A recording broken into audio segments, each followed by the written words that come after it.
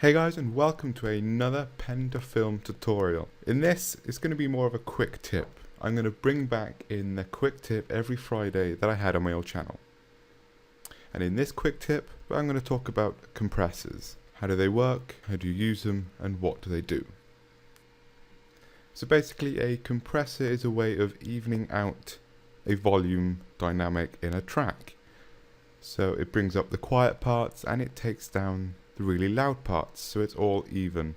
Most compressors will have 5 main controls. Some have a lot less, say 2 or 1 controls, and some have a few extra controls, which you normally find on plug-in versions. Now here I have the Brainworks Vertigo VS-C2 compressor, which is modelled after the hardware compressor. And this is going to show a really ideal sort of layout of a common compressor really.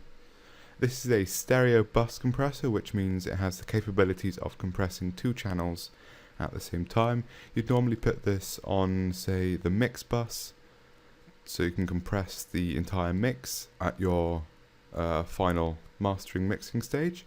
So this has 5 controls, which are threshold, ratio, attack, release, and makeup.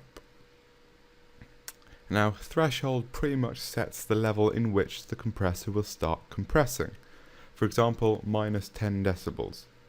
Whenever the incoming signal goes above that minus 10 decibel threshold, it will start compressing the audio.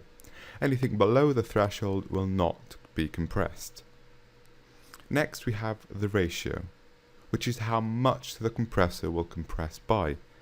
For example, 2 to 1 will make it so that every 2 decibels the signal goes over the threshold, it will compress to 1. And then let's say 8 to 1, every 8 decibels the signal goes over the threshold, it will compress down to 1 decibel. Then you have 10, 20 and so on, which basically puts the compressor into a limiter mode. So if you're stuck without a limiter, just look for a compressor, crank up that ratio, and then you have a limiter. It's a bit more complicated, but it does the job. Next we have attack, which is how fast the compressor will compress the audio. Basically means how quickly it's going to bite onto that audio once it's past the threshold. Release is how quickly the compressor will let go of the compressed audio, so the original audio volume will come back up. Then we have makeup, which basically means a dial which you can compensate for the loss of volume when you're compressing. Because when you compress, you might lose some of the initial volume, which means it's going to be quieter. So you turn up the makeup gain so you can match the previous volume. So without further ado, this is a track by James May. It's called On The Line. You can download it from the webpage in my previous tutorial. I'll also link it below here. And I've slapped this compressor onto a dry vocal track. And this is what it sounds like.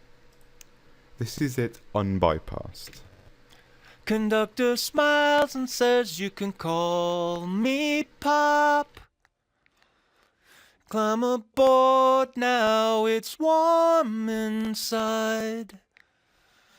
And all he asks of you is please don't hide. Now for it bypassed.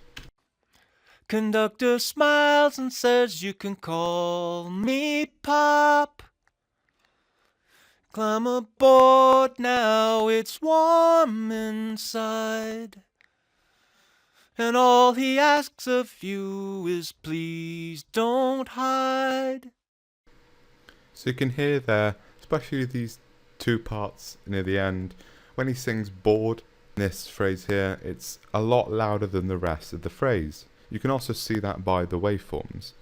So let's just play this a little bit again, unbypassed, and then I will bypass it, so you can hear the difference in this section. Climb aboard now, it's warm inside. Climb aboard now, it's warm inside.